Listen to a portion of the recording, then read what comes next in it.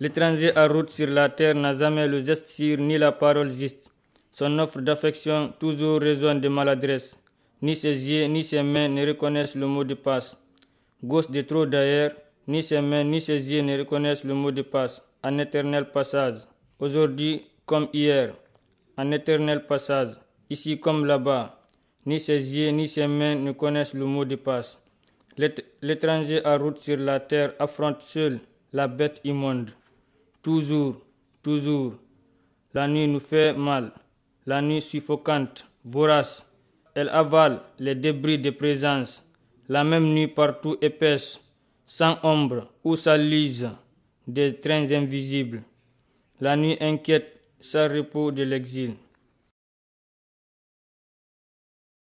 Si j'ai parlé à quelqu'un, j'ai regardé et nous sommes reliés. Je ne peux plus régler.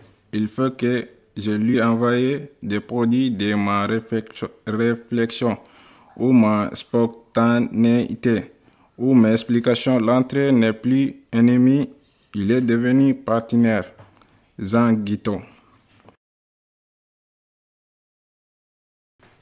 Cette fois, l'enfant vivrait si chaque nuit jusqu'à ce qu'il fasse ses premiers pas, elle les portait dans un endroit isolé pour lui chanter une chanson, mais personne d'autre n'est devant l'entendre, sinon le bébé mourrait. Kena jina yagare yogo yayi agana reme sukita anakara keta akunati kentara reme tana sarana nka shirikoronda wakilandi ti ana nurot bane utu kereme wabirene nka kanni nga moga kongu moko beyi ida suge ida kunya kundunga ada suge sugu lemine ke dangani yoda dingira mukunteyi na suge sugu seresu tana makamugu kengafe lemine ke wakalla. C'est cassé l'eau rendre. Ne dis pas ça, tout le monde va paniquer. Au secours, on coule, Dieu aide-nous, on va mourir. Et laisse-moi, ça craque, à l'aide, pitié, je ne veux pas mourir. Non, calmez-vous, essayez de vous calmer vous tous, restez assis. Je m'appelle Jim Hawkins. Mes amis m'ont demandé d'écrire nos aventures sur l'île au trésor, du début à la fin. Alors, voici l'histoire de notre voyage. L'histoire commence il y a longtemps, quand j'étais un jeune garçon. À l'époque, mes parents ont une auberge. Cette auberge s'appelle l'amiral Benbow. Un amiral est un chef sur un bateau. L'auberge de mes parents se trouve au bord de la mer. Un jour, un vieux marin se présente à la porte de l'auberge. Ceci n'est pas un pantalon. Ceci est un corset. Ceci est un legging. Ceci est un cargo. Ceci est un pantalon à pattes d'éléphant. Ceci est une salopette. Ceci est un sarouel. Ceci est une sotte. Ceci est un jogging. Ceci est un bermuda. Ceci est un jean.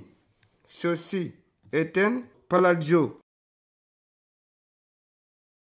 Il y a très très longtemps, dans un pays aussi lointain que le soleil est pourtant aussi proche de vous que votre souffle vos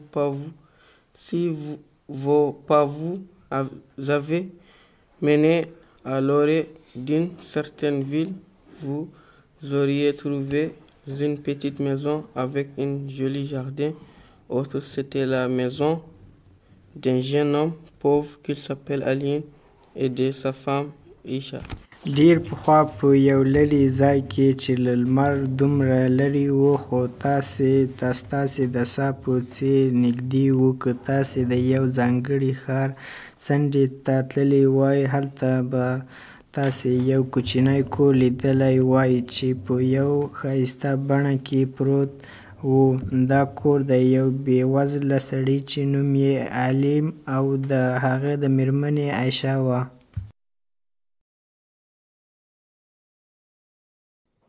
Nous sommes en 1866. Depuis quelque temps, un événement étrange se produit, un phénomène inexpliqué qu'on n'est pas prêt d'oublier. En effet, plusieurs navires ont rencontré en mer une chose énorme, beaucoup plus grand et rapide qu'une baleine. De quoi s'agit-il? Personne ne le sait. Mais les langues vont montrer, et bientôt on ne parlait plus que ce monstre marin. Le temps passait, et le monstre continuait à faire de temps en temps son apparition. Le 13 avril 1867, un navire du nom de Scotia rencontre aussi le monstre, mais en plus, il est heurté par lui, ce qui lui cause de nombreux dégâts. L'affaire devient inquiétante et on décide de réagir. Une solution est proposée par l'Amérique. Il faut se débarrasser du monstre. On fait donc les préparatifs d'une expédition destinée à le poursuivre. Cette histoire d'une ferme en Angleterre et de ses animaux. Cette ferme s'appelle la ferme du manoir. Son propriétaire s'appelle Monsieur Jones. Les animaux de la ferme du manoir sont malheureux parce que Monsieur Jones les fait beaucoup travailler. Un soir, un vieux cochon qui s'appelle Major l'Ancien raconte son rêve aux autres animaux de la ferme. Dans son rêve, les animaux sont libres et heureux. Ils vivent dans un monde sans humains. Major l'Ancien sait que son rêve peut devenir vrai. Pour cela, les animaux doivent organiser la révolution.